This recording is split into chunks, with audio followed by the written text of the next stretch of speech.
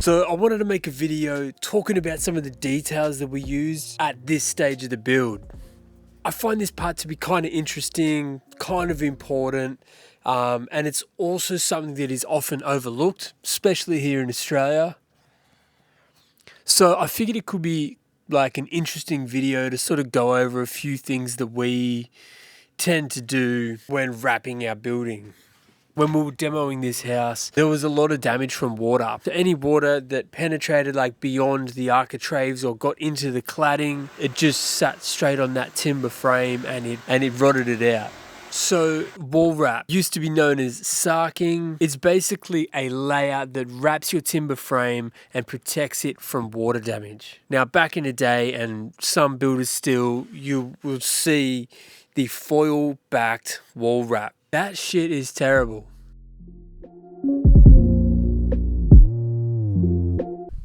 The reason it's terrible is it just does not breathe. So it really doesn't let any moisture escape your building. And it just holds water straight to your frame, and that can turn to mold or rotting timber over time.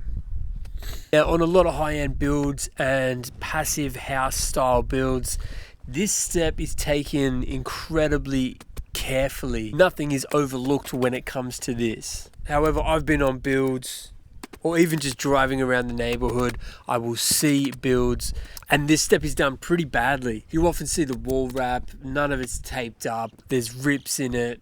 It's just applied pretty poorly. And I know with this build, I really wanted to take my time, get it right, seal up all the gaps, all the penetrations, every door and window cut out, and just make the building as airtight as possible.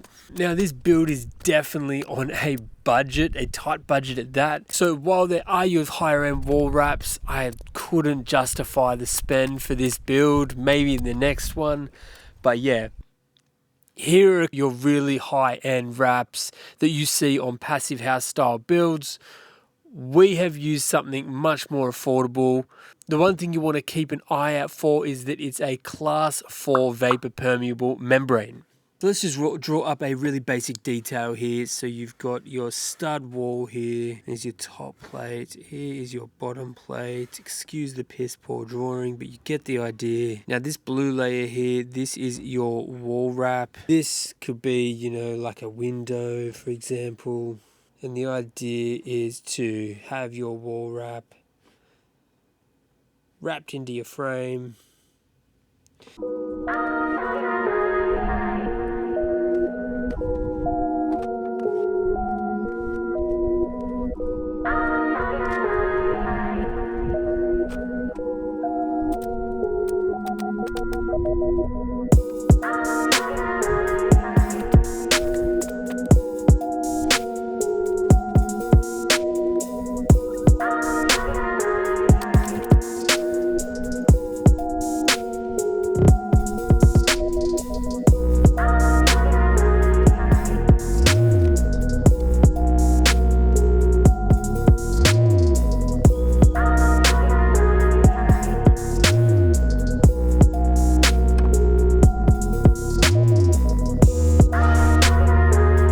Now at the framing stage, I also cut the sill plate to have a 5-degree fall, so any water that did get in there would just naturally run off.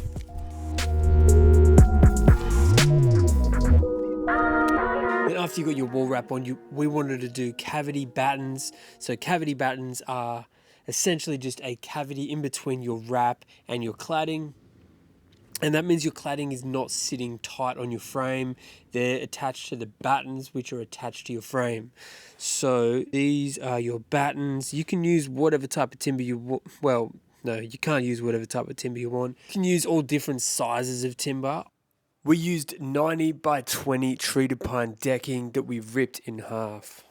The reason I use the treated pine decking is it's treated for being outdoors, so we can deal with all the moisture and any water that does get in that cavity.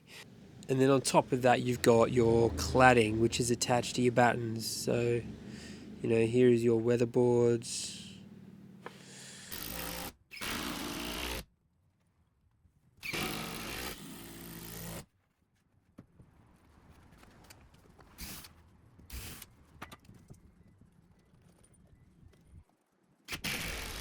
Right, so the idea with these cavity battens, say you get some water come in at the bottom of your window here and does get beyond that cladding, it can hit your membrane, run down and come out the bottom.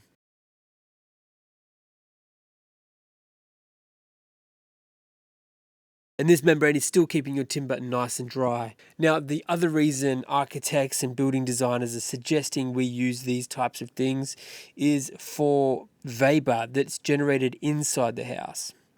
So if this is your ceiling and you've got a kitchen here and you've got a stove top here and you've got a little fucking pot and you're boiling some water, that is creating a lot of vapor. Then if you've got 5 or 6 people over, you're all talking, that is also creating a lot of vapor. The best way to think about it is if you've ever sat in the car with a few mates, windows are up and you're all chatting and you're just seeing the car fogging up, it's the same thing, right? But it's a house, so it's less noticeable, but it's still happening. There's a lot of vapor being generated inside. Now, your plasterboard is vapor permeable, so that vapor can escape through your plasterboard. It can pass through your insulation, and it can also pass through your vapor permeable building wrap. If you've got your foil back sarking here, then the vapor leaves your house, hits the back of that aluminium and just condensates and turns to moisture. And that can lead to wood rot and mold. So that's why it's so important to have the vapor permeable wrap. That way the vapor can leave, but it also will stop water getting in. No rain comes in, but vapor can get out. Now, just another angle. If you're looking at it, you're standing on top of your top plates here. You've got your studs like this. This is, 450 centers or fucking whatever. Then you would put your cavity battens over your studs if you want to run them vertical. I've also seen them run horizontally.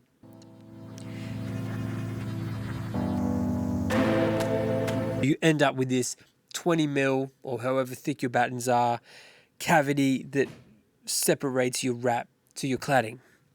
Right, so for us we had a 20 millimeter gap in between our wall wrap and our cladding. And that's just somewhere where creepy crawlies and things can nest, bugs can get in there. We don't really want that. So what we did was we got some just fly screen, like that cheap fly screen mesh. We wrapped it under the battens, out and up. And that way any moisture can run down through the fly screen, but any creepy crawlies can't go up. So if you guys are interested in this sort of stuff, I suggest you look up Matt Risinger. I don't know. He has so many good videos on these details. And yeah, I was nerding out on a lot of those before I got into this build. And that's just where I learned a lot about these building techniques. Now in America, they take it all to another level. The building wraps look amazing. They've got some really great sheathing products and things like that we don't have in Australia.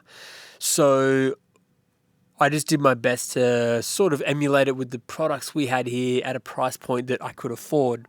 Now, another little detail that we had all around this place was over any window or door. We got some custom flashings made. So in Australia, metal roofs are super common. And because of that, you can basically get custom made powder coated steel flashings made super cheap.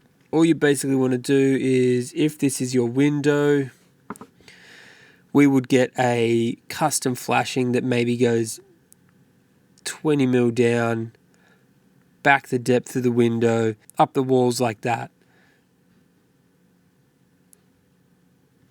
Right, so now no water can get in this point right here. These aren't on every build, but they are becoming a lot more common in Australia, same as the cavity battens, which I think is a good thing. The prices of houses in Australia is absolutely sky high, so I feel like people deserve buildings that are going to last. And these little details, all of these details that I'm talking about here today are not expensive. In the scope of the build, all this costs next to nothing. It's more just something you need to think about, plan out.